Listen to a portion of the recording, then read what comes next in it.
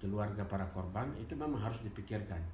Tapi kita sulit untuk bicara tentang mendampingi para korban yang masih hidup ini selama masalah besar yang menutupi semuanya ini belum diselesaikan. Sehingga itu yang sebelum masalah besar ini kita selesaikan dulu, solusinya bagaimana, sesudah itu baru pendampingan terhadap para korban itu bisa dilakukan. Betul.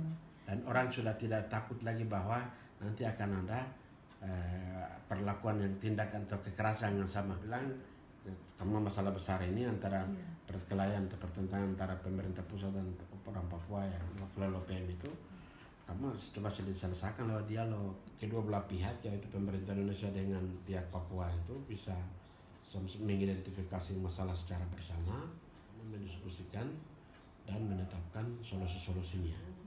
Maka kedua belah pihak juga punya tanggung jawab untuk melaksanakannya. Nah, itu yang kita dorong. Tentu dalam pelanggaran hak asasi manusia kali lalu itu kan kasus-kasus pelanggaran HAM kan bisa diidentifikasi. Diidentifikasi mungkin berdasarkan kasus-kasus, mungkin juga bisa diidentifikasi berdasarkan gender, sehingga kekerasan terhadap perempuan dibahas secara khusus. Betul, misalnya. Betul. Nah, itu kan bisa dibahas di dalam dialog itu, bagaimana sebaiknya. Jadi di situ dalam dialog kan orang tidak marah-marah, tapi orang coba bicara hati tenang, kepala tenang, lalu mengidentifikasi masalah sebaik mungkin, lalu coba membahas dan mendiskusikan solusinya seperti apa. Pemerintah pusat di bawah pimpinan Menko Polhukam, kali lalu oleh Luhut, sekarang oleh Wiranto. Nah, itu kan mereka membentuk satu tim. Tim di Jakarta untuk menangani masalah-masalah lalu, termasuk pelanggaran HAM di Papua, khususnya untuk 3 masalah. 3 masalah itu kasus Wasior tahun 2001, terus kasus di Wamena itu 2003, lalu kasus Paniai itu Desember 2014. Nah, 3 kasus ini. Nah, bahwa pemerintah punya ada perhatian untuk menangani masalah itu, oke. Tapi waktu itu pemerintah janjikan bahwa itu kan timnya dibentuk tahun 2016.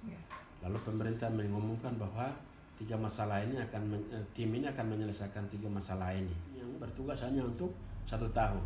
Nah, jadi Oktober 2016 itu tim ini expired, masa berlaku tim ini, masa kerja tim ini sudah expired Oktober. Berarti November tidak kerja, Desember tidak kerja.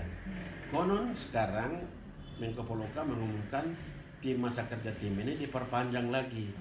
Apakah betul sudah diperpanjang? Kita tidak tahu. Kalau sudah diperpanjang berapa lama juga kita tidak tahu.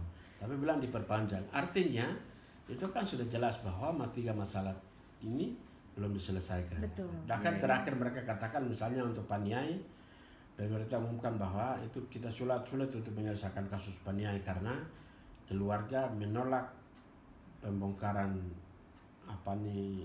kuburan. Tapi itu kan alasan saja.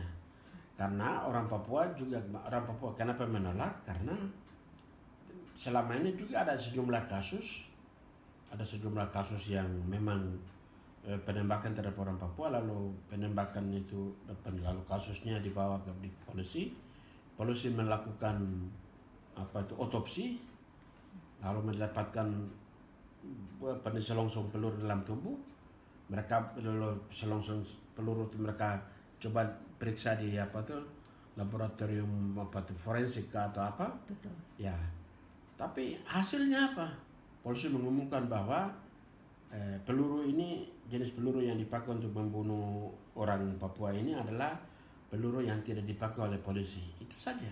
Kita tidak tahu siapa yang melakukan, bahkan kelompok mana yang melakukan penembakan. Itu jenis senjata macam begitu, kelompok mana yang biasa pakai juga tidak diberitahu. Hanya polisi bilang bukan kami punya senjata. Jadi mengambang. Sama saja ini digalet juga kan nanti sama.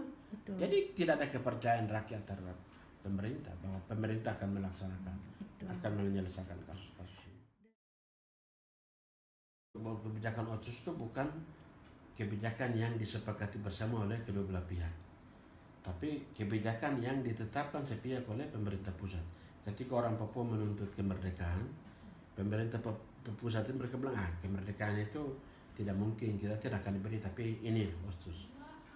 Baru kata otsus yang diberikan. Dari segi metodologi itu pihak-pihak yang bertikai dengan pemerintah itu tidak dilibatkan dalam proses diskusi tentang otsus ini.